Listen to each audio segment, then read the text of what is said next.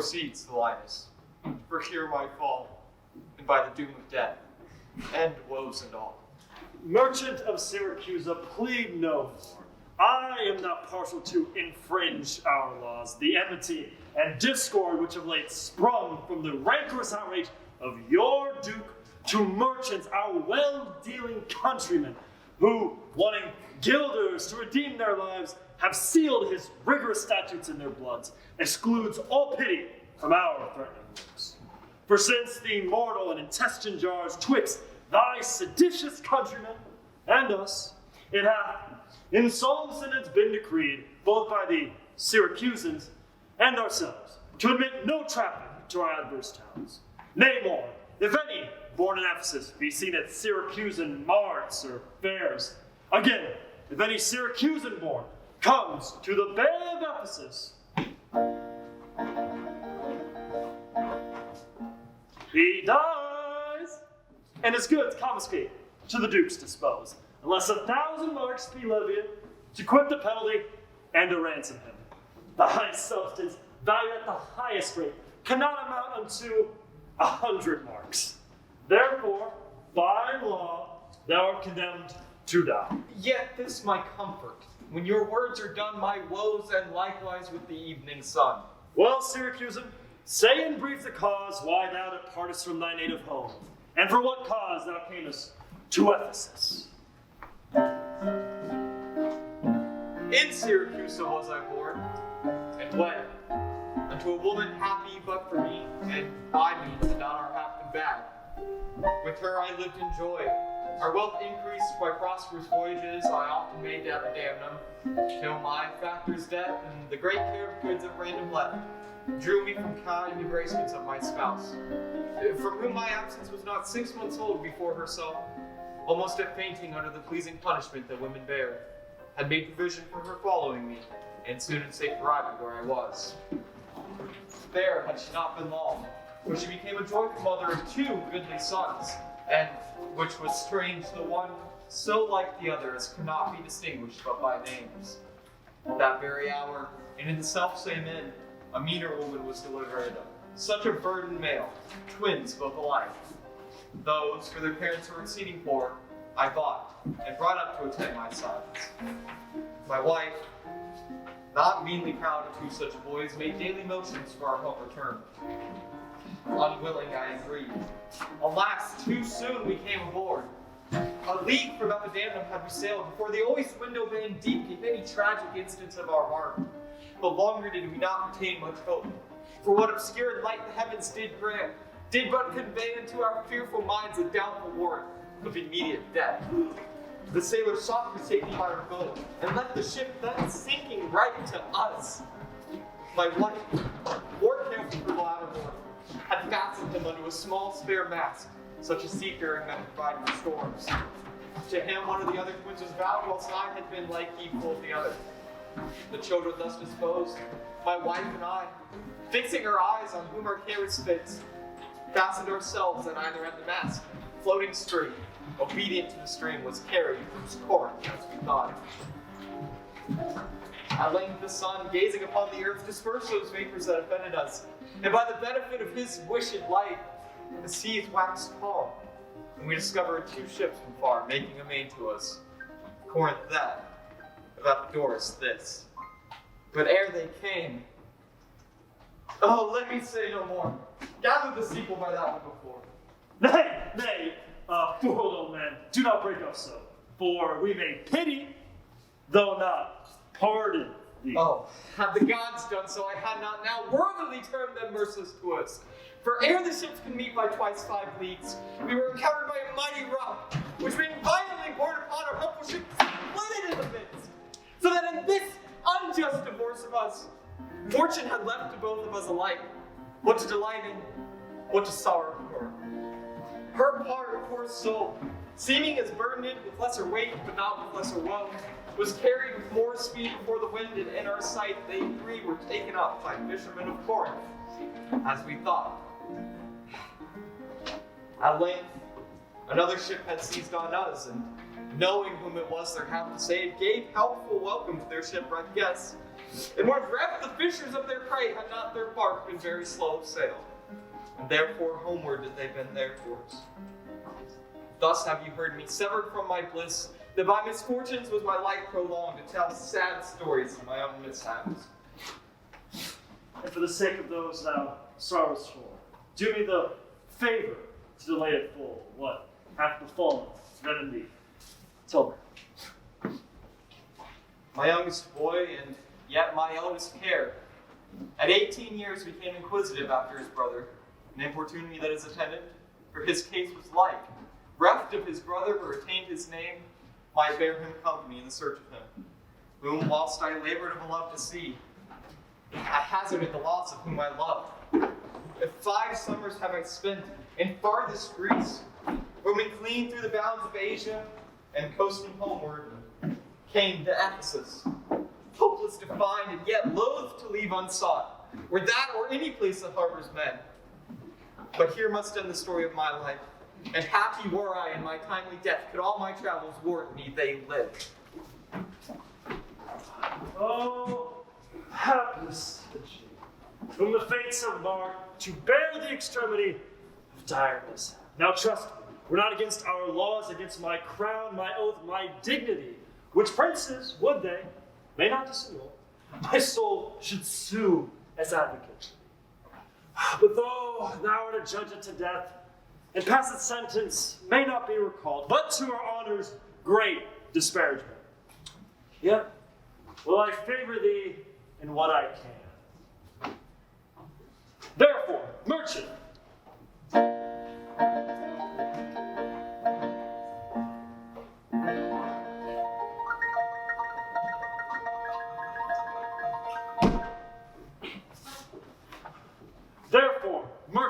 I will limit thee this day to seek thy hap by beneficial help. Try all the friends thou hast in Ephesus, beg or borrow to make up the sum, and live. If no, then thou art doomed to die. Jailer, take him into thy custody.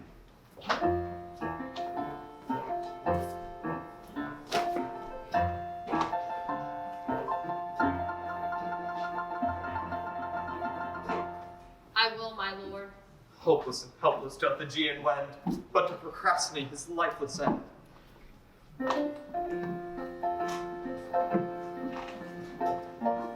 Therefore, give out you are of epidemic, lest that your goods too soon be confiscated. This very day, a Syracusan merchant is apprehended for arrival here, and being unable to buy out his life, according to the statute of the town, dies. Ere the weary sun set in the west. Here's your money that I had to keep. Go bear to the Centaur where we host, and stay there, Romeo, till I come to thee. Within this hour it will be dinner time. Till that I'll view the manners of the town, peruse the traders, gaze upon the buildings, and then return and sleep within mine inn, for with long travel I am stiff and weary. To give you away. Many a man would take you at your word, and go indeed, having so good a meed. A trusty villain, sir, that very often I am dull with care and melancholy, lightens my humor with his merry jests. What, will you walk with me about the town, and then return to my inn and dine with me? I am invited, sir, to certain merchants of whom I hope to make much benefit of. I crave your pardon. Soon, 5 o'clock, please you. I'll meet with you upon the mark, and afterwards consort you till bedtime. My present business calls me from you now. Farewell till then. I will go lose myself and wander up and down with you the city. Sir, I commend you to your own content. Pray that commends me to mine own content. Commends me to the thing I cannot get. I to the world am like a drop of water that in the ocean seeks another drop, who falling there to find his fellow forth, unseen, inquisitive, confounds himself. So I to find a mother and a brother in quest of them, unhappy lose myself. Here comes the almanac of my true date. What now? How too far return so soon? Return so soon? Brother, approach too late. The capon burns, the pig falls from the spit, the clock hath struck 12 upon the bell. My mistress made it 1 upon my cheek. She is so hot because the meat so cold, the meat so cold, because you come not home. You come not home because you have no stomach. You have no stomach, having broke your fast. But we that know which is to fast and pray are penitent for your default today. Stop, Immerman, sir. Tell me this, I pray. Where is the money that I gave you? Oh, 6 pence that I had on Wednesday last to pay the saddler for my mistress's crupper? The saddler had it, sir. I kept it not. I am not in a sportive humor now. Tell me, and dally not, where is the money? We being strangers here, how darest thou trust so great a charge from thine own custody? I pray you, jest, sir, as we sit at dinner. I, for my mistress, come to you in post. If I return, I shall be post indeed, for she will score your fault upon my pate. Because your maw, like mine, should be your cluck and strike you home without a messenger. Come, Dromio, come. These jests are out of season. Reserve them till a merrier hour than this. Where is the gold I gave in charge to thee? To me, sir? Why, you gave no gold to me. Come on, sir knave, have done your foolishness, and tell me how thou hast disposed thy charge. My charge was but to fetch you from the market home to your house. The Phoenix, sir, to dinner. My mistress and her sister stays for you. Now, as I am a Christian, answer me in what safe place you have bestowed my money, or I shall break that merry sconce of yours that stands on tricks when I am undisposed. Where is the 1,000 marks thou hadst of me? I have some marks of yours upon my feet, some of my mistress's marks upon my shoulders, but not 1,000 marks between you both. If I should pay your worship those again, perchance you will not bear them patiently. Thy mistress's marks? What mistress, slave, hast thou? Your worship's wife, my mistress, at the Phoenix. She that doth fast till you come home to dinner, and prays that you will hie you home to dinner. What wilt thou flout me thus unto my face, being forbid? I dare take you that, sir knave. What mean you, sir? For God's sake, hold your hands. Nay, and you will not. I'll take my needles. Upon my life, by some device or other, the villain is overwrought of all my money. They say this town is full of cozenage. As nimble jugglers that deceive the eye, dark-working sorcerers that change the mind, soul-killing witches that deform the body, disguised cheaters, parading mountebanks, and many such like liberties of sin. If it proves so, I will be gone the sooner. I'll to the centaur to go seek this slave. I greatly fear my money is not safe.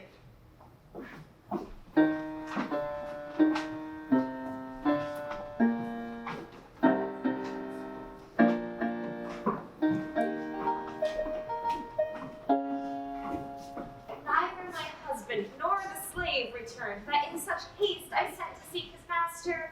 Sure, Luciana, it is 2 o'clock. Perhaps some merchants have invited him, and from the marquis some were gone to dinner. Good sister, let us dine, and never fret.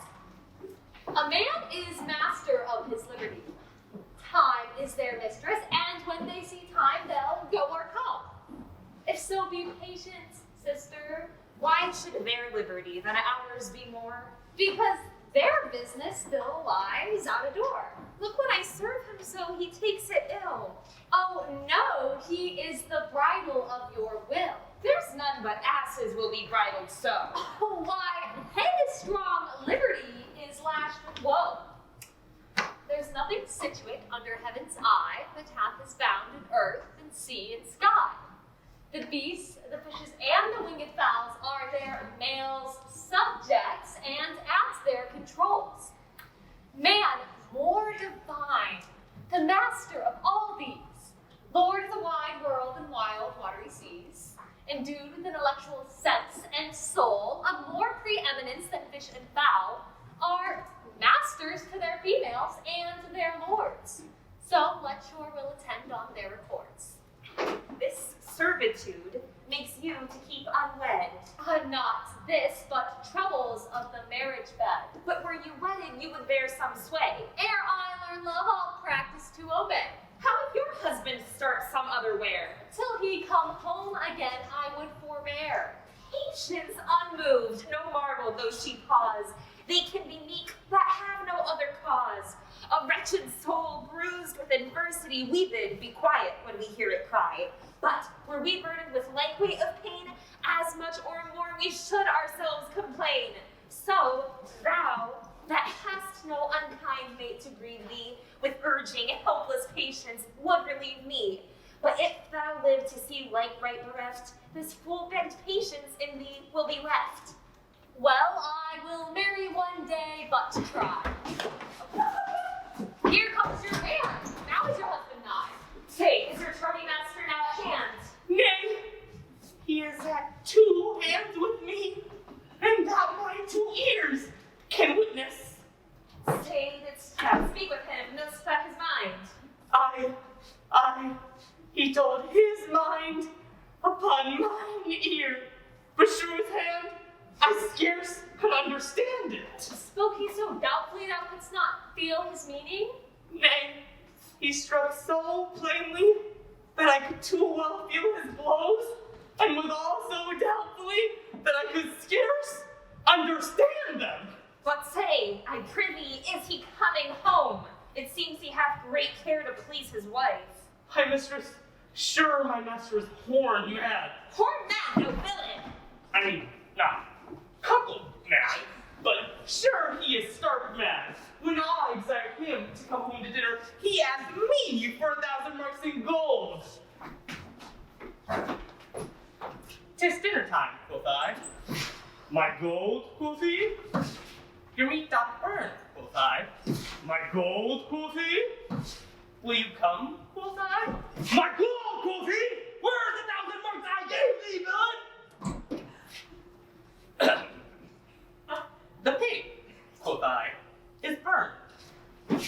My gold, quoth he! Your meat doth burn, quoth I. Will you come, quoth I? My gold, quoth he! My mistress, sir, quoth I. My gold, quoth he! I know not thy mistress! Hang out thy mistress! Out of thy mistress! Quoth who? Quoth my master. I know, quoth he, no house, no wife, no mistress! So that my ear, deal unto my tongue, I thank him, and bear home upon my shoulders, for, in conclusion, he did beat me there. Go back again, thou slave, and fetch him home. Go back again, and be you beaten home? For God's sake, send some other messenger, Back, slave, or I will break thy pate across. and he will bless that cross with other beating. Between you both, I shall have a holy hand. Hence, prating peasant, fetch thy master home. Am I so round with you as you with me, that like a football you do spurn me thus? You spurn me hence, he will spurn me hither. If I last in this service, you must case me in leather! Fie, how impatience lowered in your face. His company must do his minions grace, whilst I at home starve for a merry look. Hath homely age the alluring beauty took from my poor cheek? Then he hath wasted it. Are my discourses dull? Therein my wit? If voluble and sharp discourse be marred, unkind is blunted more than marble hard. To their gay vestments his affections bait. That's not my fault, he is master of my state. What ruins are in me that can be found by him, not ruined? Then is he the ground of my defeaters. Might it pay fair a sunny look of his would soon repair. But too unruly dear, he breaks the pail and feeds from home. Poor I am, but his stale. Self-alarming jealousy, 5 minutes hence. Unfeeling fools can with such wrongs dispense. I know his eye of homage otherwhere, or else what lets it, but he would be here.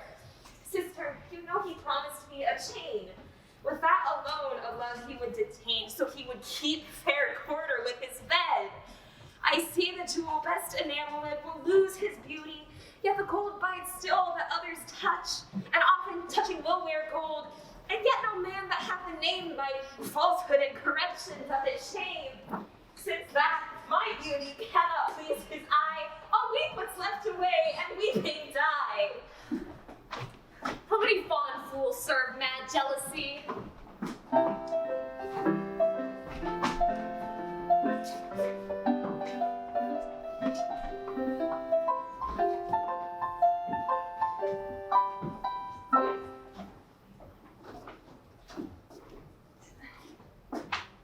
The gold I gave to Dromio is laid up safe with the centaur.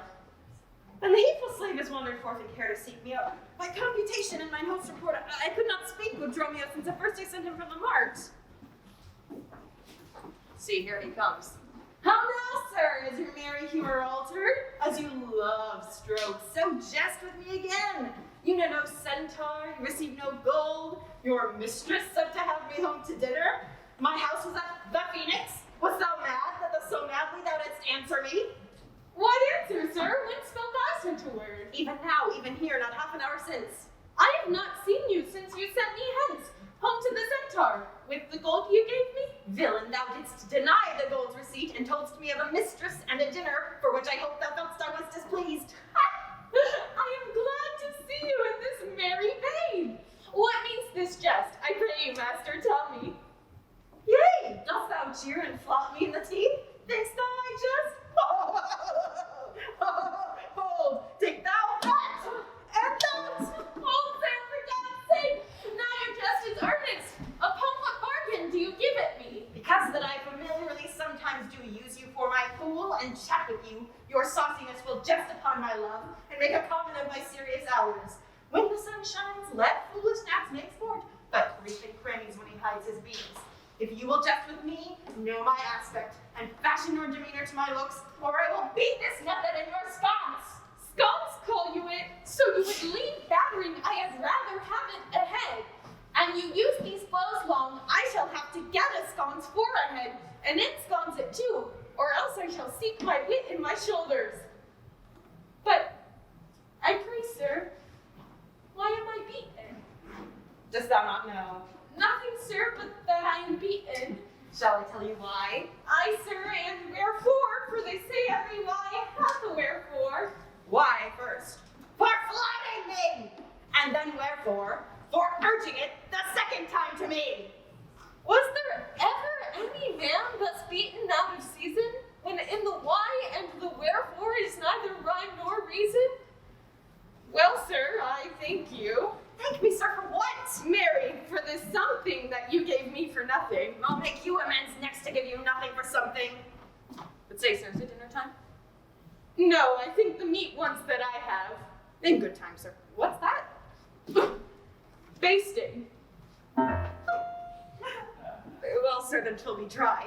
If it be, sir, I pray you eat none of it, Your reason? lest it make you choleric and purchase me another dry basting. Well, sir, learn to jest in good time. There is a time for all things. What's up? What is yonder? I am Tibbolus, look strange and frown. Some other mistress hath thy sweet aspect. I am not Adriana nor thy wife. The time was once when thou unurged wouldst vow that never words were music to thine ear, that never object pleasing in thy eye, that never touch will welcome to thy hand, that never meat sweet savored in thy taste, unless I spoke or looked or touched or carved to thee. How comes it now, my husband, oh how comes it that thou art then estranged from thyself? Thyself, I call it, being strange to me, that undividable, incorporate, and better than thy dear self's better part. Do not tear away thyself from me. How dearly would it touch me to the patience thou would hear I were licentious, and that this body consecrate to thee by rubbing unless should be contaminated. Wouldst thou not spit at me, and spurn at me, and hurl the name husband in my face, and tear the stained skin off my harlot brow, and from my false hand cut the wedding ring, and break it with a deep divorcing vow? I know thou canst, and therefore see thou do it. I am possessed with an adulterate lot. My blood is mingled with the crime of lust, for if we two be one, and thou play false, I do digest the poison of thy flesh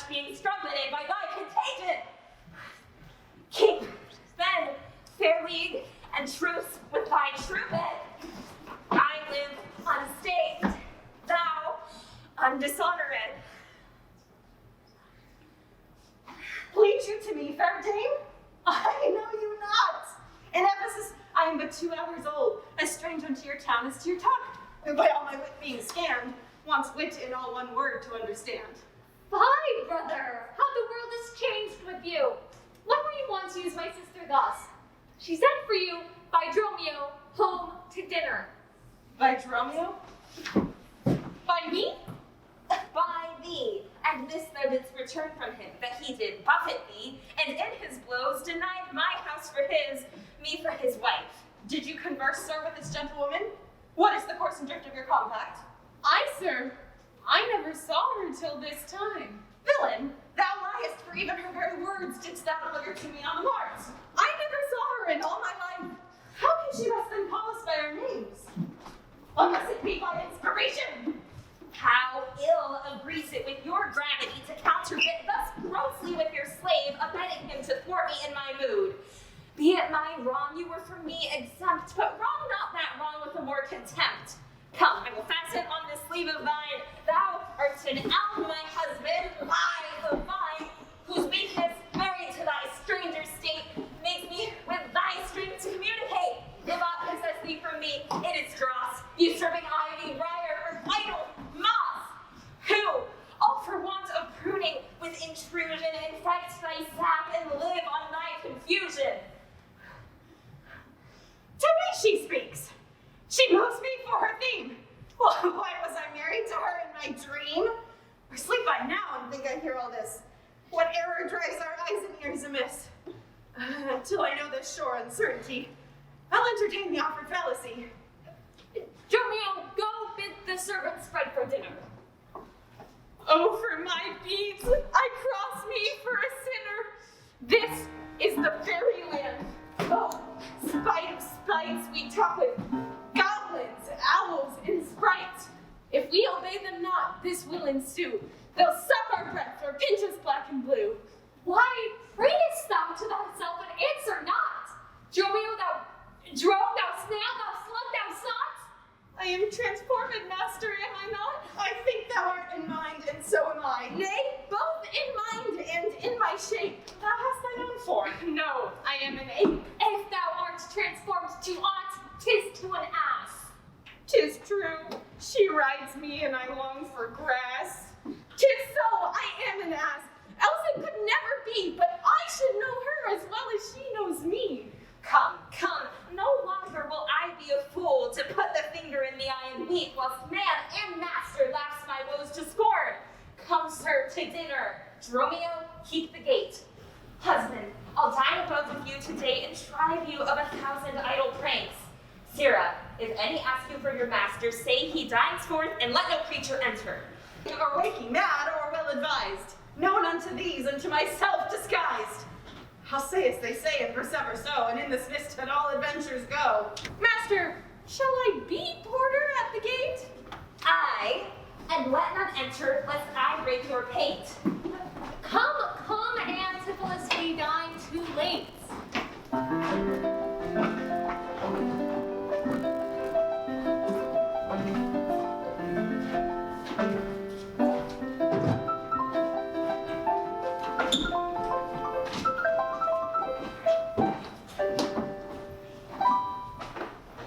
Good Saint Angelo, you must excuse us all. My wife is shrewish when I keep not hours. Say that I lingered at your shop to see the making of her carcanet, and that tomorrow you'll bring it home. But here's a villain that would face me down. He met me on the mart, and that I beat him, and charged him with 1,000 marks in gold, and that I did deny my wife and house. Thou drunkard thou, what didst thou mean by this? Say what you will, sir, but I know what I know, that you beat me at the mart. I have your hand to show. If the skin were parchment and the blows you gave were ink, your own handwriting would tell you what I think. I think thou art an ass.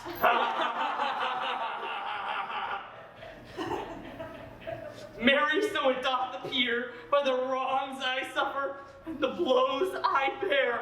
I should kick, being kicked, and being at that pass, you would keep from my heels, and beware of an ass. You're sad, Senor Balthazar. Pray God our good cheer may answer my goodwill and your good welcome here. I hold your dainties cheap, sir, and you're welcome, dear. Oh, Senor Balthazar, either in flesh or fish, a table full of welcome makes scarce one dainty dish. Good meat, sir, is common that every churl affords. And welcome more common, for that's nothing but words. But though my cates be mean, take them in good part. Better cheer may you have, but not with bitter heart.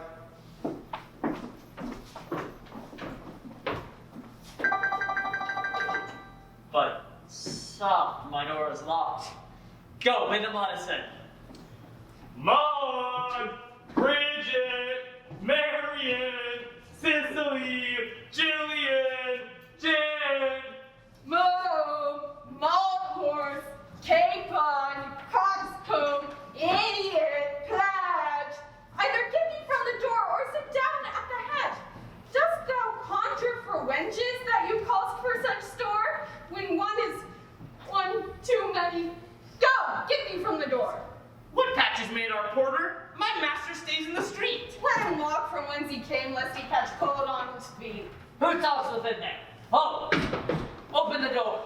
Right, sir, I'll tell you when, and you'll tell me wherefore. Wherefore, for my dinner. I have not dined today. Nor today, here you must not. Come again when you may. What art thou that keeps me from the house I owe? The porter for this time, sir, and my name is Dromio. Oh, villain! Thou hast stolen both mine office and my name. The one ne'er got me credit, the other nickel blame. If thou hadst been Dromio today in my place, thou would have changed thy face for an aim, or thy name for an ass. What a quarrel is there, Dromio? Who are those at the gate? Let my master in loose. Faith, no, he comes too late, and so tell your master. Oh Lord, I must laugh. Have at you with the proverb? Shall I set in my staff? Have at you with another. That's wit. Can you tell? Ha! If thy name be called Loose, thou hast answered him well. Do you hear, you minion? You'll let us in, I hope. I thought to have asked you. And you said no. So come help! Well struck! There was blow for blow! Now, baggage, let me in. Can you tell for whose sake? Master, knock the door hard! Let him knock till it ain't. You'll cry for this, minion, if I beat the door down. What needs all that and a pair of stocks in the town?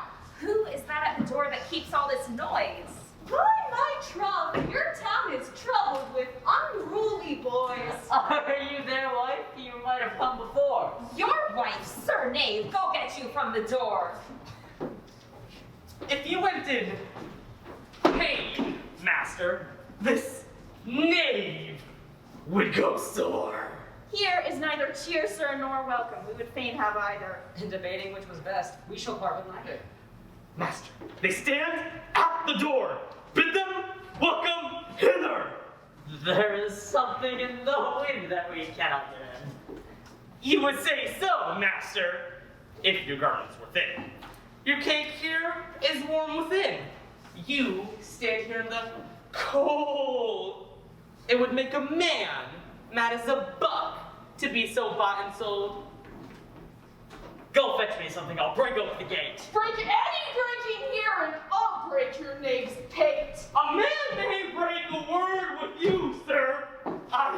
And words are but wind. So break it in his face, so we break it not behind. Oh, it seems thou wast breaking out upon behind. Here's too much out upon thee. I pray thee, let me in.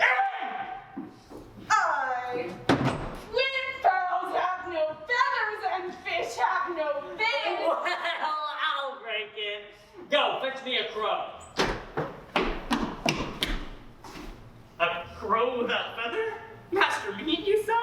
For a fish without a fin, there's a fowl without a feather. If a crow help us in, sirrah, we'll pluck a crow together. Go! Get thee gone! fetch me an iron crow. Have patience, sir. Oh, let it not be so. Herein you war against your reputation, and draw within the compass of suspect the unviolated honor of your wife. Once this, your long experience of her wisdom, her sober virtue, years, and modesty, plead on her part some cause to you unknown. And doubt not, sir, but she will well excuse why at this time the doors are made against you. Be ruled by me. Depart in patience, and let us to Mikey's all to dinner. And about evening, come yourself alone to know the reason for this strange restraint.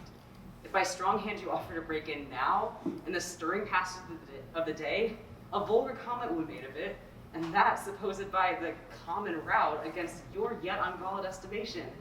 That may with foul intrusion enter in and dwell upon your grave when you are dead. For slander lives upon succession forever housed wherever it gets possession. You have prevailed. I will depart in quiet, and in despite of mirth, mean to be merry. I know the wench of excellent discourse, pretty and witty, wild and yet too gentle. To her we will dine. This woman, I mean, my wife, but I protest without desert, hath oftentimes upbraided me withal. To her we will to dinner. Good sir, get you home and fetch the chain. By this I know 'tis made. Bring it, I pray you, to the Porcupine, for there is the house. This chain I will bestow, be it for nothing but to spite my wife, upon my hostess there. Good sir, make haste. Since my own doors refuse to entertain me, I'll knock elsewhere to see if they'll disdain me. I'll meet you at that place tomorrow, Hence. Do so, this jest shall cost me some expense.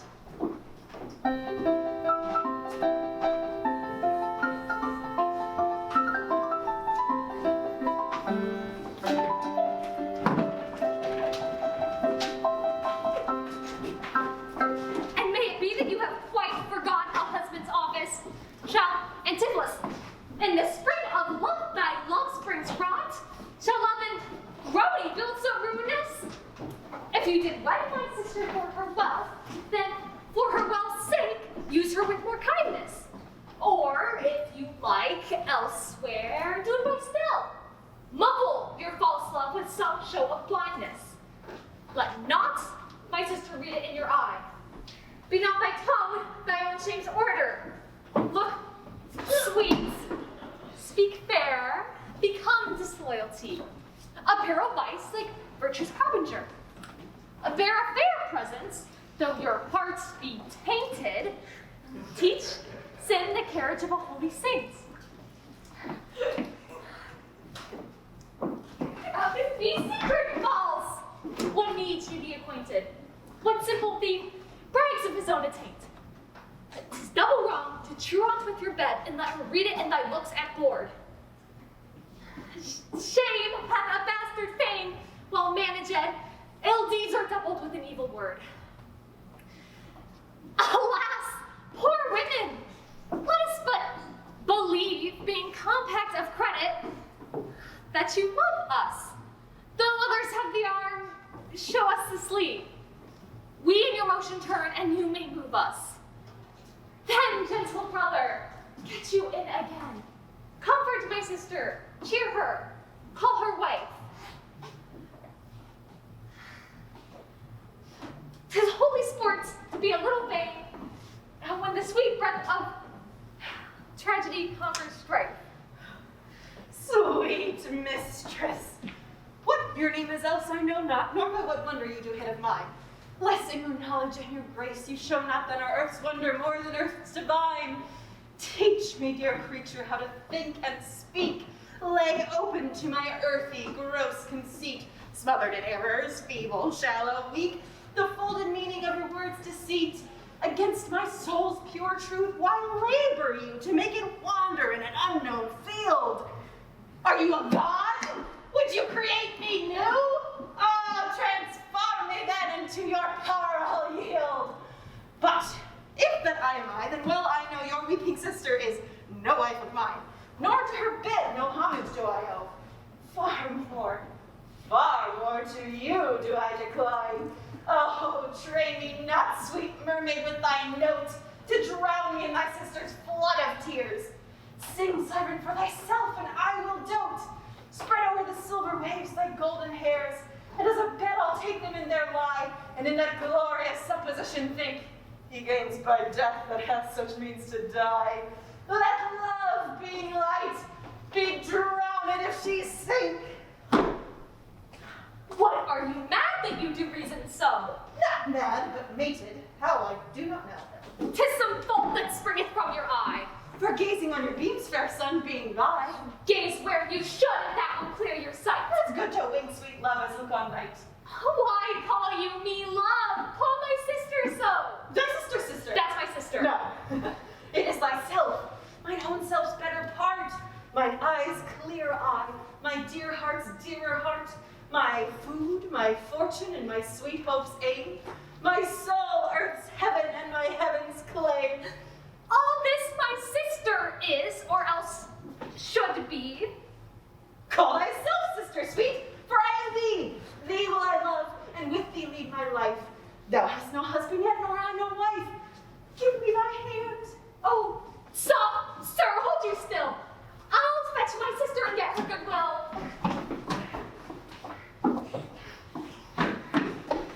I know, Dromio, where runnest thou so fast? Do you know me, sir? Am I Dromio? Am I your man? Am I myself? Thou art Dromio, thou art my man, thou art thyself. I am an ass, I am a woman's man, and besides myself. What woman's man, and how besides thyself? Marry, sir, besides myself, I am due to a woman. One that claims me, one that haunts me, one that will have me. What claim lays she to thee? Marry, sir, such a claim as you would lay to your horse, and she would have me as a beast. Not that I, being a beast, she would have me, but that she, being a very beastly creature, lays claim to me. What is she? A very reverend body. Aye, such a one as a man may not speak of without he say, Sir Reverence, I have but lean luck in the match, and yet is she a wondrous fat marriage. How does that mean a fat marriage? Marry, sir, she's the kitchen wench, and all grease. And I know not what use to put her to, but to make a lamp of her and run from her by her own light. I warrant her rags in the tallow in them will burn a Poland winter. If she lives till doomsday, she'll burn a week longer than the whole world. What complexion is she of? Swart like my shoe, but her face nothing like so clean kept. For why? She sweats. A man may go over shoes in the grime of it. That's a fault that water will mend. No, sir, 'tis in grain. Noah's flood could not do it. What's her name? Nell. But her name in 3/4, that's an L and 3/4. We'll not measure her from hip to hip. Then she bears some bread. No longer from head to foot than hip to hip. She is spherical, like a globe. I could find out countries in her. In what part of her body stands Ireland? Marry, sir, in her buttocks. I found it out by the bogs. Where's Scotland? I found it by the barrenness, hard in the palm of the hand. Where? France. Aye, in her forehead, armed and reverted, making war against her heir. Where England? I looked for the chalky cliffs, but I could find no whiteness in them. But I guess it stood in her chin by the salt room that ran between France and it. Where's Spain? Oh, sir, I did not see it, but I felt it hot on her breath. Where? America, the Indies. Upon her nose, all o'er embellished with rubies, carbuncles, sapphires, declining their rich aspect to the hot breath of Spain, which sent whole armados of carrots to be ballast at her nose. Where stood Belgium, the Netherlands?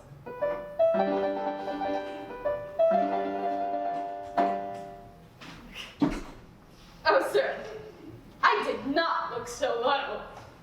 To conclude, this drudge or diviner laid claim to me, called me Dromio, swore I was assured to her, told me what privy marks I had about me, such as the mark on my shoulder, the mole of my neck, and the great wart in my left arm, that I, amazed, ran from her as a witch. And I think that if my breast had not been made of faith, and my heart of steel, she had transformed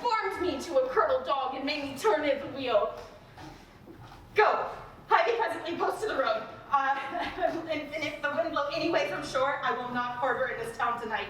If any bark come forth, come to the mart, where I will walk till thou return to me. If everyone knows us and we know none, 'tis time, I think, to trudge, pack, and be gone. As from a bear a man would run for life, so fly I from her that would be my wife. There's none but witches to inhabit here, and therefore 'tis high time that I were hence. She that doth call me husband, even my soul doth for a wife abhor. But her fair sister, possessed with such a gentle, sovereign grace, of such enchanting presence and discourse, hath almost made me traitor to myself.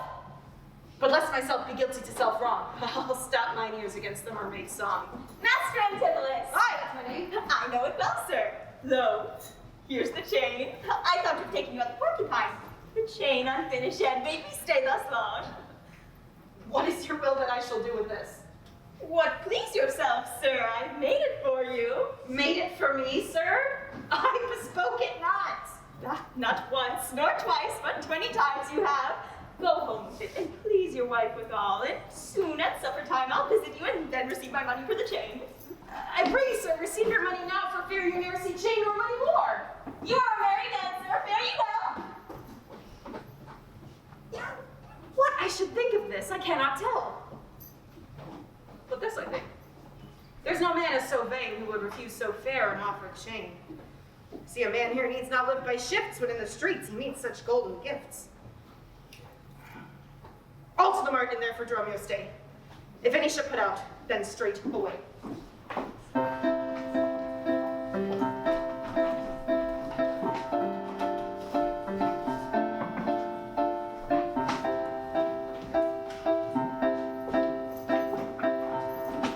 You know, since Pentecost, the sum is due. And since I have not much importuned you, nor now I have not, but that I am bound to Persia and want guilders for my voyage, therefore, make present satisfaction, or I'll attach you by this officer.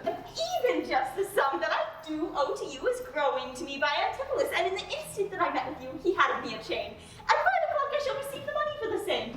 Please, if you walk with me down to his house, I will discharge my bond, and thank you too. Then labor may you save, see where he comes. While I go to the goldsmith's house, go thou and buy a rope's end, that I will bestow among my wife and her confederates, for locking me out of my doors by day. But soft, I see the goldsmith. Get thee gone, buy thou a rope, and bring it home to me. I buy £1,000 a year. I buy a rope. A man as well hope up that trusts you. Us promised you presents and the chain, but neither chain nor goldsmith came to me. But like you thought our love would last too long if it were chained together, and chose come not. Saving your merry humor, here's the note. How much your chain weighs to the utmost skirt, the fineness of the gold in chargeable fashion, which doth amount to 3 odd ducats more than I stand debted to this gentleman. I pray you to see him presently discharged, for he is bound to see it, stays but for it. I am not furnished with the present money. Besides, I have some business in the town. Good senor, take this stranger to my house and bid my wife disperse the sum on the receipt thereof. Chance I'll be there as soon as you. Then you will bring the chain to her yourself. No, bear it with you, lest I come not time enough. Well, sir, I will. Have you the chain about you? And if I'm not, I hope you have, or else you return without your money. Nay, come, sir, I pray you, give me the chain. Both wind and tide stays for this gentleman, and I to blame have held him here too long. Good Lord! You use this dalliance to excuse your breach of promise to the porcupine? I should have chid you for not bringing it, but like a shrew, you first begin to roll. The outburst still. I pray you, sir, dispatch. You hear how he importunes me, the chain? Why, give it to my wife and fetch your money.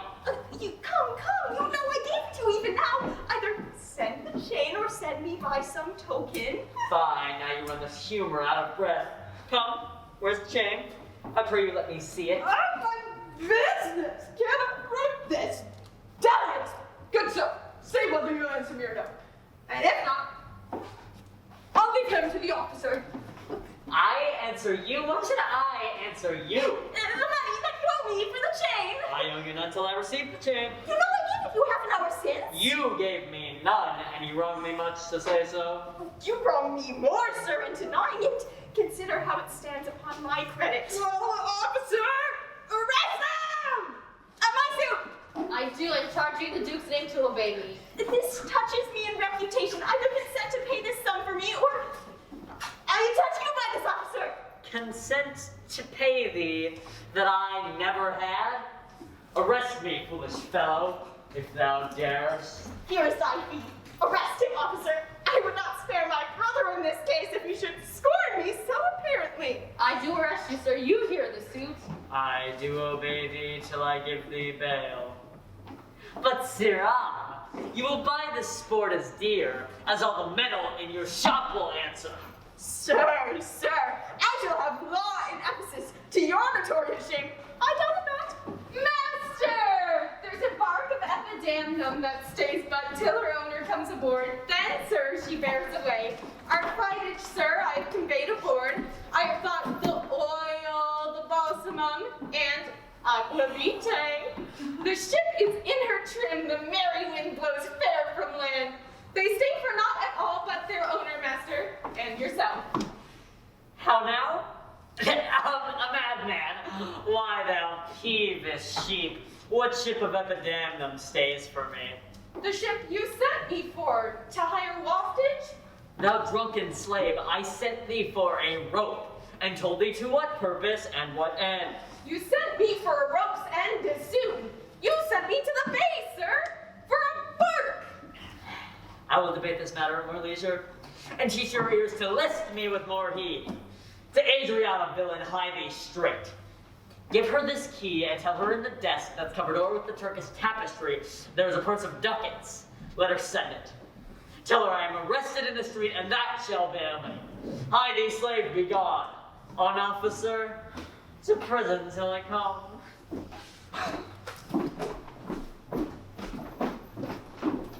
To Adriana, that is where we dined today, where Dulcibel did claim me as her husband. She is too big, I hope, for me to compass. Thither go I, although against my will, for servants must their masters' minds fulfill.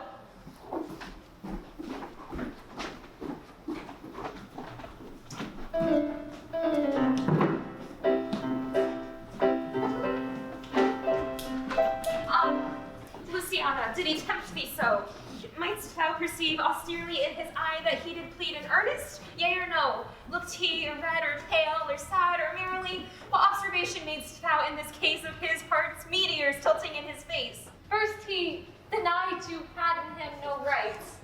He meant he did me none, but more my spite. Then swore he that he was a stranger here. And true he swore, though yet forsworn he were. Then I pleaded for you, And what said he? that love I begged for you, he begged of me. With what persuasion did he tempt thy love? With words that in an honest suit might smooth. First he did praise my beauty, then my speech. Did speak him fair. Have patience, I beseech. I cannot, nor I will not, hold me still. My tongue, though not my heart, shall have his will. He is deformed, crooked, old, and sear, ill-faced, worse-bodied, shapeless everywhere, vicious, ungentle, foolish, blunt, unkind, stigmatical in making, worse in mind. Who would be jealous then of such a one? No evil lost his will when it is gone. Ah, but I think him better than I say, and yet would herein others' eyes were worse. Far from her nest the lapwing cries away. My heart prays for him, though my tongue do curse. Here, go! The desk! The purse! Sweet! Now make haste! How hast thou lost thy breath? By running! Fast! Where is thy master Dromio? Is he well? Nay, he's in Tartar limbo, worse than hell. A devil in an everlasting garment hath him, one whose hard heart is buttoned up with steel. A fiend, a fairy, pitiless and rough, a wolf, nay, worse.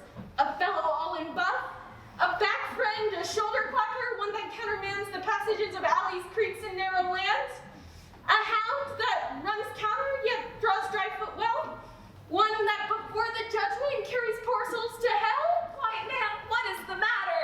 I do not know the matter. He is rested on the case. What, is he arrested? Tell me at whose suit? I know not at whose suit he is arrested well, but 'tis in a suit of buff which rested him, that can I tell. Will you send him, mistress, redemption, the money in his desk? Go fetch it, sister. This I wonder at, that he, unknown to me, should be in debt. Tell me, was he arrested on a band? Not on a band, but on a stronger thing. A chain, a chain. Do you not hear it ring? What, the chain? No, the bell. 'Tis time that I were gone.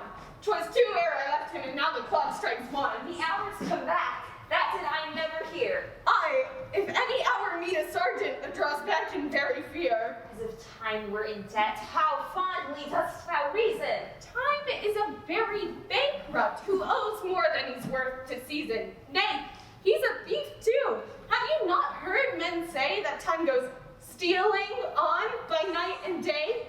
If a be in debt and theft and a sergeant on the way, hath he not reason to turn back an hour in a day? Go, Dromio, there's the money. Bear it straight and bring thy master home immediately. Come, sister, I am pressed down with conceit. Conceit my comfort and my injury.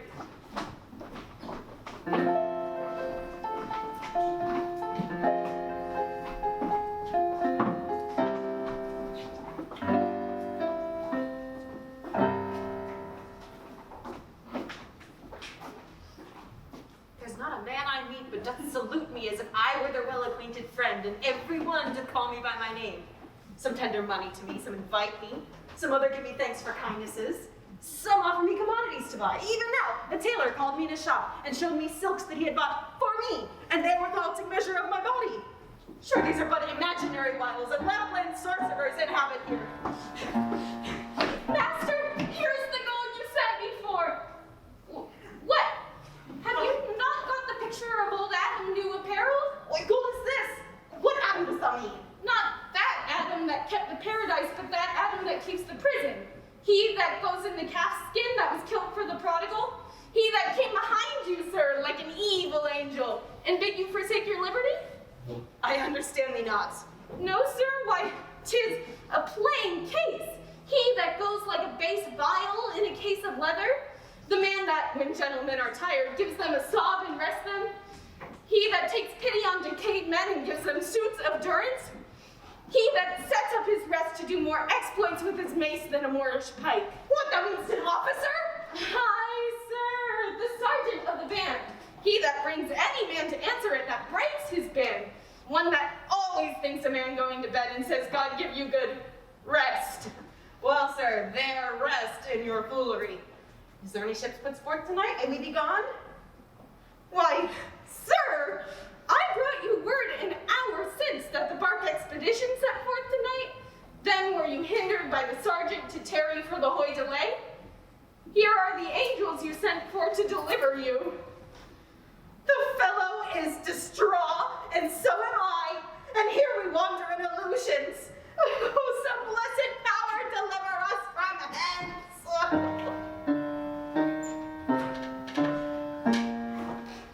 Well met, Master Antipholus. I see, sir, you have found the goldsmith now. Is that the chain you promised me today? Satan avoid! I charge thee, tempt me not! Master, is this Mistress Satan? It is the devil! Nay, she is worse. She is the devil's dam, and here she comes in the habit of a light wench. 'Tis thereof that wenches say, God damn me. That's as much to say, God make me a light wench. They say they appear to men as angels of light. Light is an effect of fire, and fire will burn. Ergo, light wenches will burn. Come not near her. Your man and you are marvelous, merry sir. Will you go with me? We'll mend our dinner here. Master, if you do, expect spoon meat and bespeak a long spoon. Why, Dromio? Marry, sir, he must use a long spoon that must eat with the devil! Avoid thou! Speak, what tellest thou me of supping? Thou art, as you are all, a sorceress. I conjure thee to leave me and be gone! Give me the ring of mine you had at dinner, or for my diamond, the chain you promised, and I'll be gone, sir, and not trouble you. Some devils ask but the paring of a nail, a hair, a rust, a drop of blood, a pin, a nut, a cherry stone. But she, more covetous, would have a chain. Master, be wise, and if you give it her, the devil will shake her chain and fright us with it. I pray you, sir, my ring, or else the chain. I hope you do not mean to cheat me so. Avaunt, thou witch! Come, Dromio, let us go! Blind pride, says the peacock, mistress, that you know. Now, out of doubt, Antipholus is mad, else would he never so demean himself. A ring he hath of mine worth 40 ducats, and for the same he promised me a chain. Both one and the other he denies me now. The reason that I gather he is mad, aside from this present instance of his rage, is a mad tale he told today at dinner. Of his own doors being shut against his entrance. Belike his wife, acquainted with his fits, on purpose shut the doors against his way. My way is now to hie home to his house and tell his wife that being lunatic, he rushed into my house and took perforce my ring away. This course I fittest choose, for 40 ducats is too much to lose.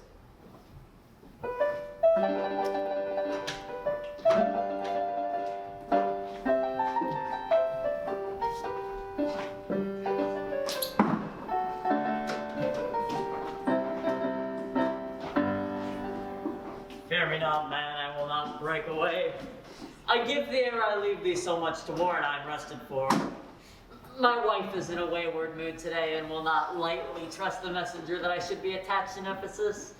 I tell you 'twill sound harshly in her ears. But here comes my man, I think he brings the money.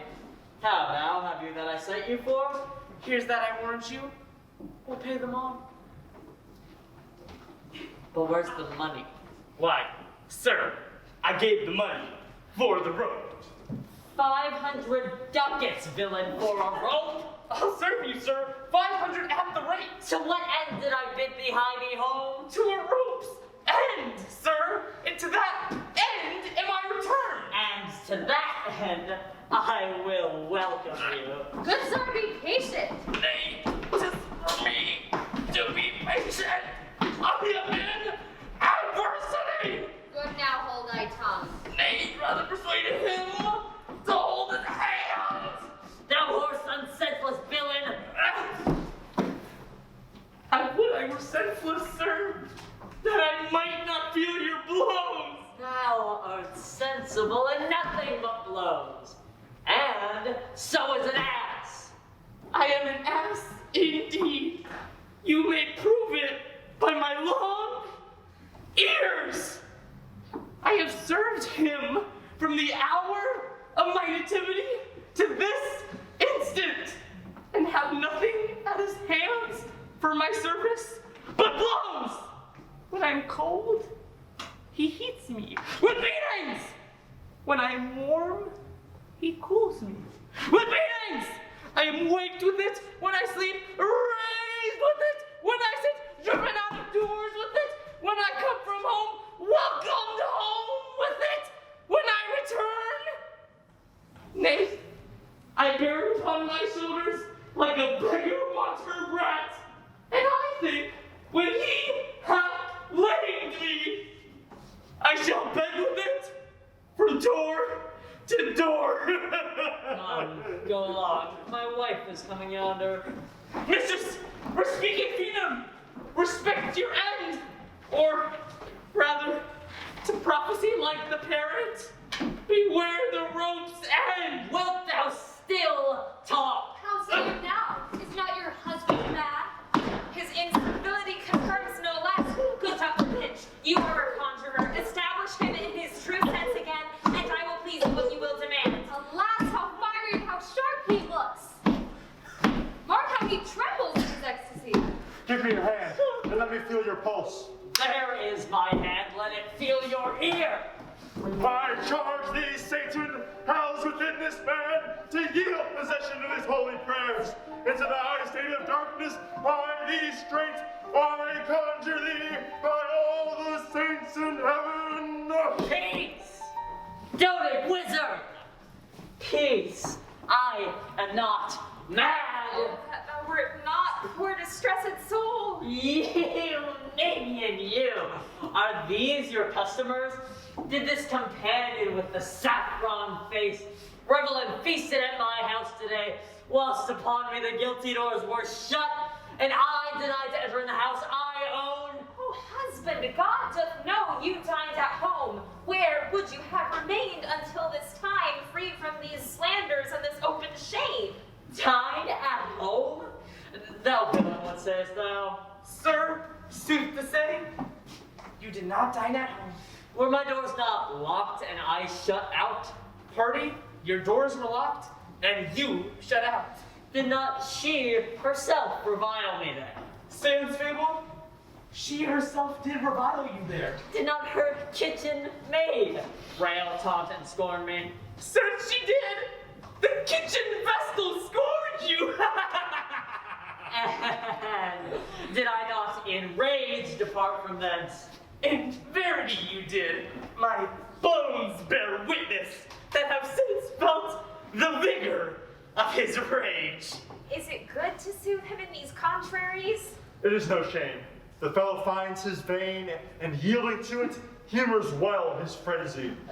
Thou hast suborned the goldsmith to arrest me. Alas, I sent you money to redeem you by Dromio here, who came in haste for it. Money by me?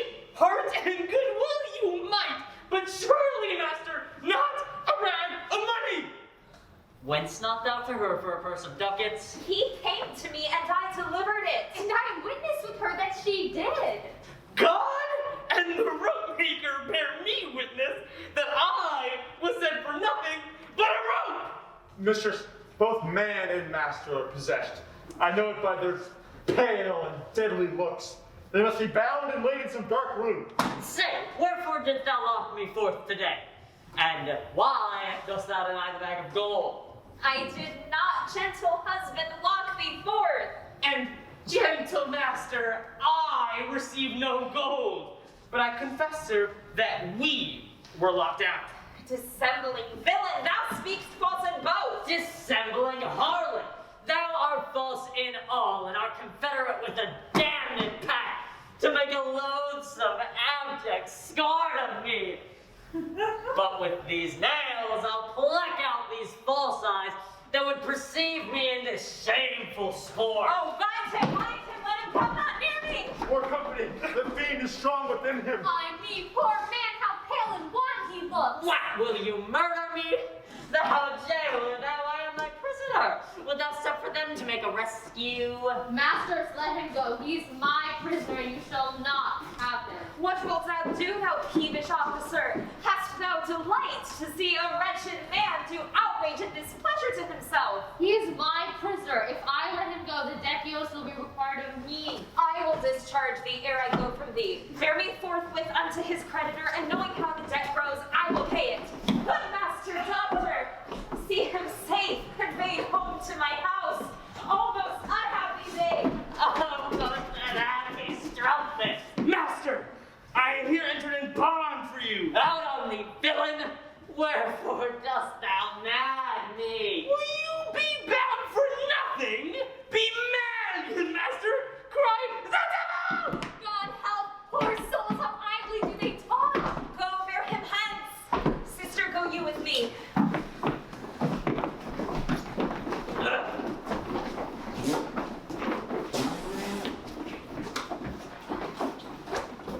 Say now, whose suit is he arrested at? One Angelo Goldsmith, do you know him? I know the man. What is the sum he owes? 200 ducats. Say, how goes it due? Due for a chain your husband had of him. He did bespeak a chain for me, but had it not. When is your husband, all enraged today, came to my house and took away my ring, the ring I saw upon his finger now, straight after did I meet him, with a chain.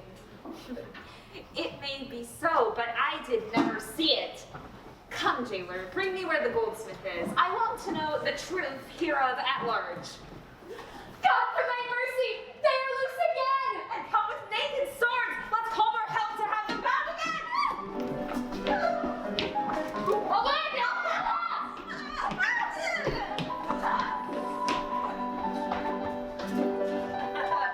I see these witches are afraid of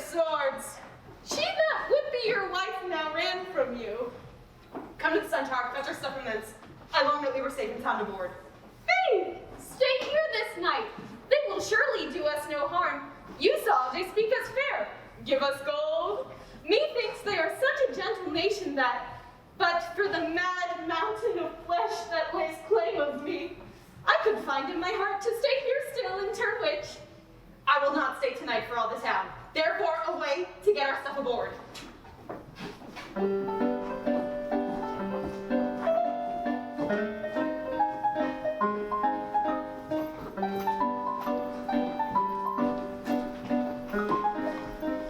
I'm sorry, sir, that I hindered you, but I protest he had the chain of me, though most dishonestly he doth deny it. How is the man esteemed in the city? A very reverend reputation, sir. Of credit infinite, highly beloved, second to none that lives here in the city. His word might bear my wealth at any time. Speak softly yonder, and I think he walks.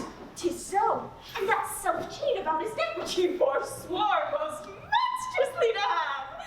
Good sir, draw near to me. I'll speak to him.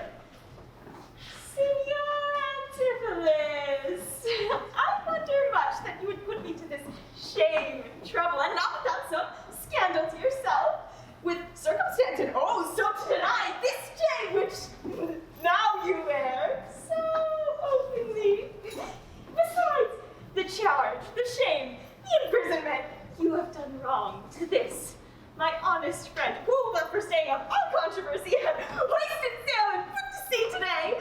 This chain you had of me, can you deny it? I think I had. I never did deny it. That you did, sir, and forswore it too. Who hurt me to deny it or forswear it? Oh, these ears of mine.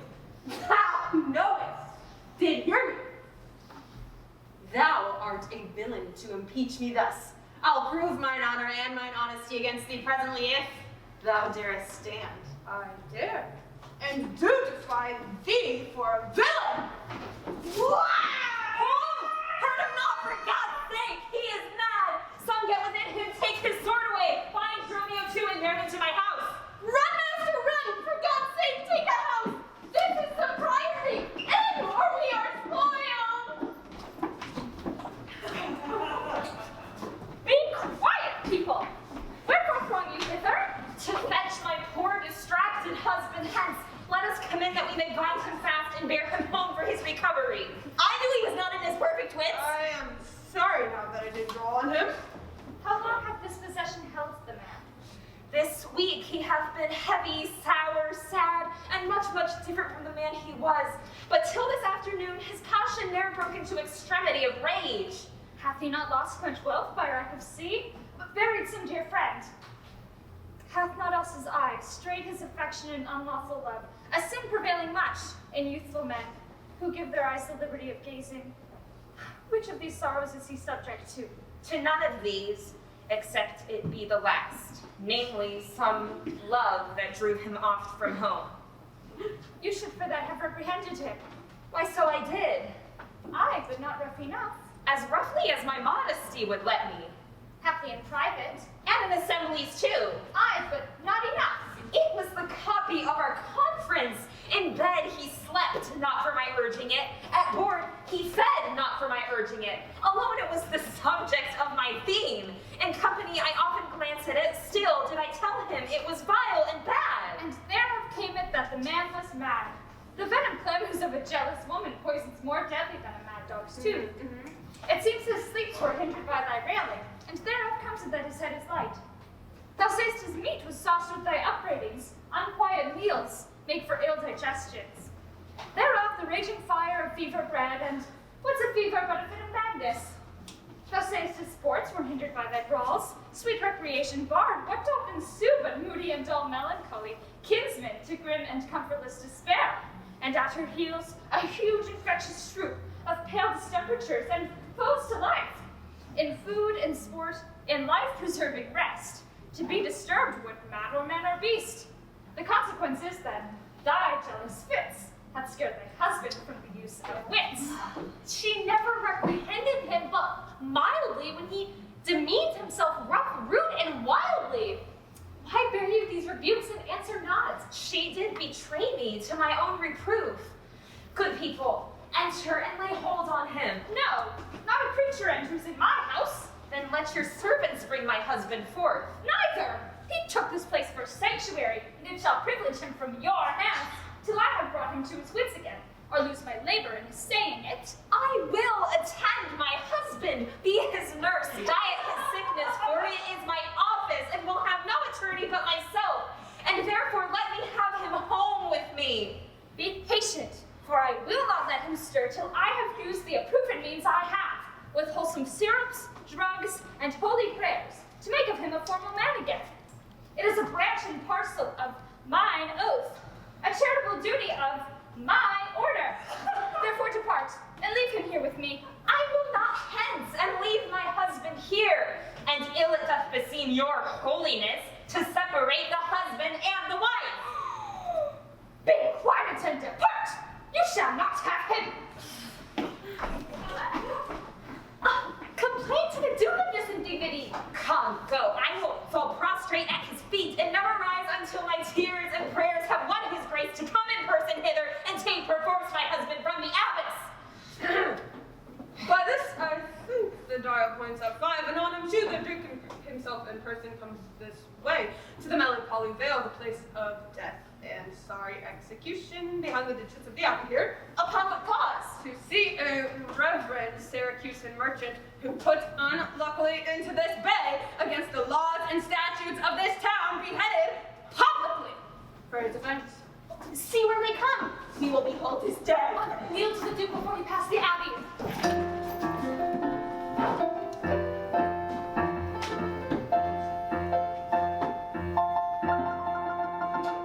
Yet once again, proclaim it publicly. If any friend should pay the sum for him, he shall not die, so much we tender him. Justice, most sacred Duke, against the abbess.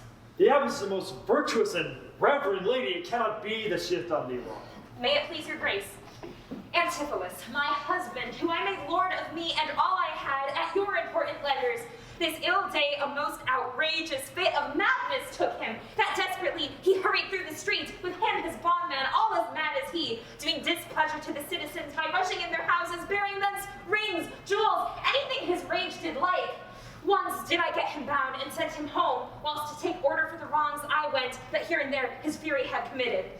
Anon, I wot not by what strong escape he broke from those that had the guard of him, and with his mad attendant and himself, each one with ireful passion, with drawn swords met us again, and madly bent on us, chased us away, till, raising of more aid, we came again to bind them. Then they fled into this abbey, whither we pursued them, and here the abbess shuts the gates on us, and will not suffer us to fetch him out, nor send him forth, that we may bear him hence. Therefore, most gracious Duke, with thy command, let him be brought forth and borne hence for help.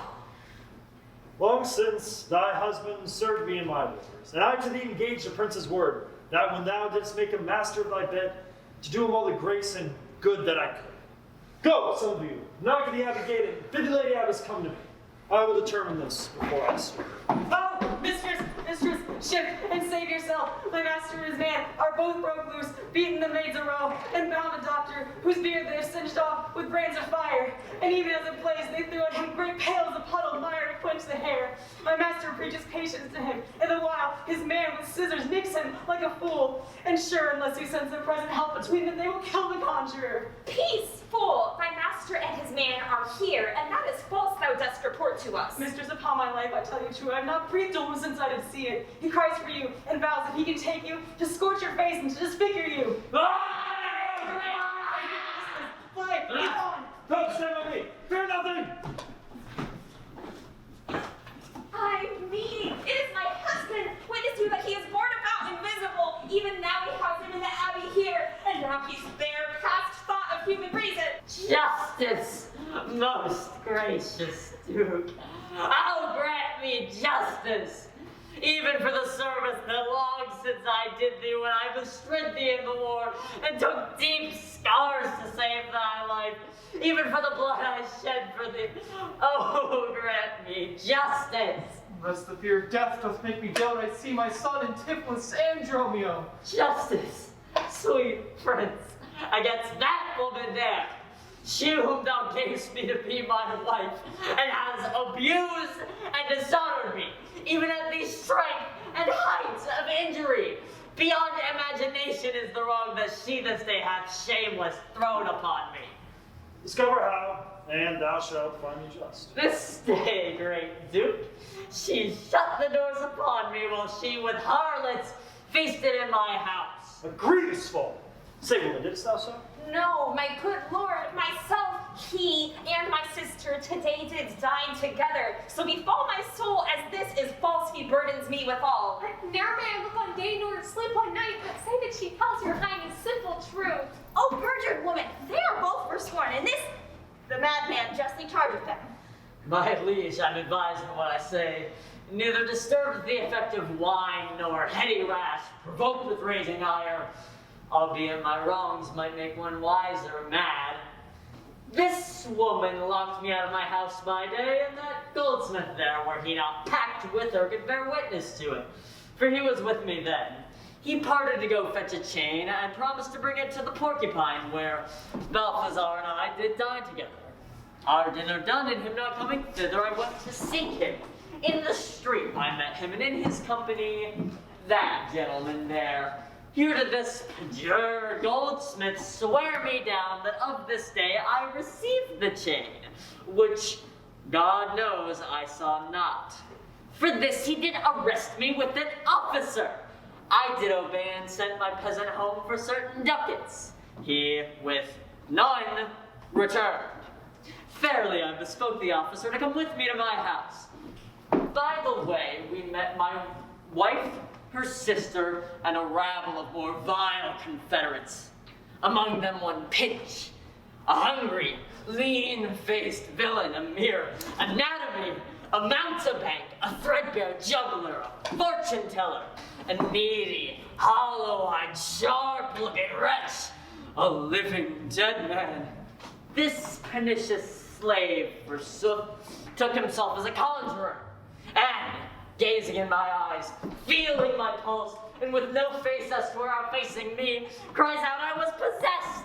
Then together they fell upon me, bound me, bore me thence, and in a dark and dankish vault at home, left me and my man both bound together, till, gnawing with my teeth my bonds in two, I gained my freedom, and immediately ran hither to your grace, whom I beseech to give me ample satisfaction for these deep shames and great indignities. My lord, in truth, thus far I witnessed with him that he dined not at home, but was locked out. But had he such a chain of thee, or no? He had, my lord, and when he ran in here, these people saw the chain about his neck. Besides, I will be sworn, these ears of mine heard you say you had the chain of him. After your first forswore on the mark, and thereupon I drew my sword on you, and then you went to this atmosphere from whence I think you're come by miracle. I never came within these abbey walls, nor didst thou draw thy sword on me. I never saw the chain, so help me heaven, and this is false you burden me withal. Why, what an intricate impeach is this? I think you're all drunk of Circe's cup. If here were a house, then here he would be. If he were mad, he would not plead so coldly. You say he dined at home, but the goldsmith here denies that saying. Sirrah! What say you? Sir, he dined with her there at the Porcupine. He did, and from my finger snatched that ring. 'Tis true, my liege, this ring I had of her. Sawest thou him enter the abbey here? As sure, my liege, as I do see your grace. Why, this is strange. Go, call the lady abbess hither. I think you're all mated or stark mad. Most mighty Duke, vouchsafe me speak a word. Haply I see a friend will save my life and pay the sum that may deliver me. Speak freely, Syracusan, what thou wilt. Is not your name, sir, called Antipholus, and is not that your bondman Dromio? Within this hour I was his bondman, sir, but he, I thank him, not into my cords. Now am I Dromio and his man unbound. I am sure you both of you remember me. Ourselves we do remember by you, sir, for lately we were bound as you are now. You are not Pinch's patient, are you, sir? Why look you strange on me? You know me well. I never saw you in my life till now. Oh, grief hath changed me since you saw me last, and careful hours with time's deformed hand have written strange features in my face. But tell me yet, dost thou not know my voice? Neither. Dromio, nor thou. No, trust me, sir, nor I. I'm sure thou dost. Aye, sir, but I am sure I do not. And whatsoever a man denies, you are now bound to believe him. Not know my voice. Oh, time's extremity. Hast thou so cracked and splitted my poor tongue? In 7 short years to hear my only son knows not my feeble key of untuned cares. Though now this grated face of mine be hid in sap-consuming winter's drizzled snow, and all the conduits of my blood froze up, yet hath my night of life some memory, my wasting lamp some fading glimmer left, my dull deaf ears a little used to hear all these old witnesses I cannot err. Tell me, thou art my son, Antipholus. I never saw my father in my life. But 7 years since in Syracuse, obey, thou knowest we parted. But perhaps, my son, thou shamest to acknowledge me in misery. The Duke and all the knowing in the city can say it is not so. I never saw Syracuse in my life. I tell thee, Syracusan, 20 years have I been patient to Antipholus, during which time he never saw Syracuse. See thy age and dangers make thee dote. Most mighty Duke! Behold a man much wrong. I see 2 husbands, or mine eyes deceive me. One of these men is genius to the other, and so them. Which is a natural man, and which is a spirit? Who deciphers them?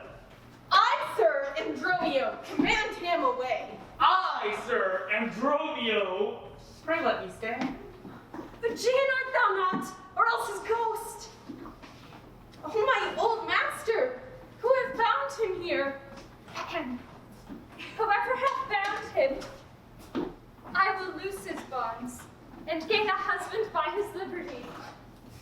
Speak, old Aegean, if thou beest the man that hadst a wife once called Amelia, who bore thee unburdened 2 fair children, oh, if thou beest the same Aegean, speak, and speak unto the same Amelia. Now begins this morning story right. These 2 Antipholus, these 2 so like, and these Dromios, one in semblance, besides this urging of the wreck at sea. These are parents to these children, which are accidentally met together. If I dream not, thou art Amelia. If thou art she, tell me, where is that son that floated with thee on the fatal raft? By men of Epidamnum, he and I, and the twin Dromio, all were taken up. But by and by, rude fishermen of Corinth by force took Dromio and my son from them, and me they left with those of Epidamnum. What then became of them, I cannot tell. I to this fortune you see me in. Antipholus, thou camest from Corinth first? No, sir, not I. I came from Syracuse. Stand apart. I know not which is which. I came from Corinth, my gracious lord, and I with him, brought by that famous warrior, Duke Menaphon, your most renowned uncle. Which of you 2 did dine with me today? I, gentle mistress. And are not you my husband? No, I say nay to that. And so do I, yet did she call me so. And this fair gentlewoman, her sister, gave to call me brother. What I told you then, I hope I shall have leisure to make good. If this be not a dream I see and hear. That is the chain, sir, which you had of me. Well, I think it be, sir, I deny it not. And you, for this chain, arrested me. I think I did, sir. I deny it not. I sent you money, sir, to be your bail by Dromio, but I think he brought it not. No, none by me. This purse of ducats I received from you, and Dromio my man did bring them me. I see we still did meet each other's man, and I was taken for him, and He for me, and thereupon these errors arose. Geez, stuck as I thought. My father here. Shut up, Need.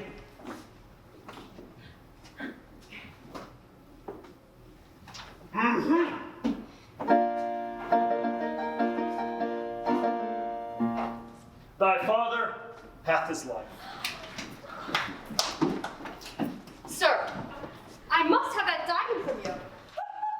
There, take it. And much thanks for my good cheer. Renowned Duke.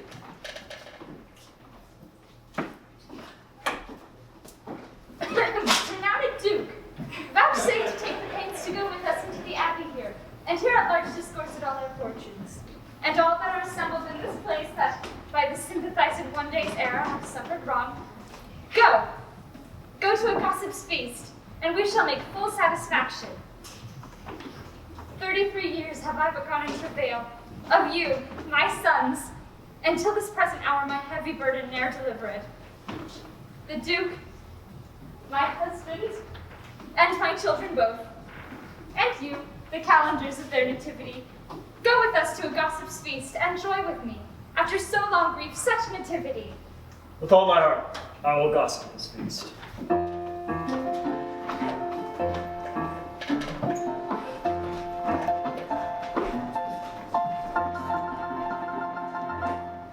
Master, shall I fetch your stuff from shipboard? Dromio, what stuff of mine hast thou embarked? Your goods that lay at host, sir, at the Centaur? he speaks to me. I am your master Dromio. Come, let us go in. We'll look to that anon. Embrace thy brother there. Rejoice with him. There is a fat friend at your master's house that kitchened me for you today at dinner. She now shall be my sister, not my wife. Methinks you are my glass, and not my brother. I see by you, I am a sweet-faced youth. Will you walk in to see their gossiping? Not I, sir. You are my elder. That's a question. How shall we try it? We'll draw cuts for the senior. Till then, lead thou first. Nay, then thus. We came into this world like brother and brother, and now, let's go hand in hand, not one before another.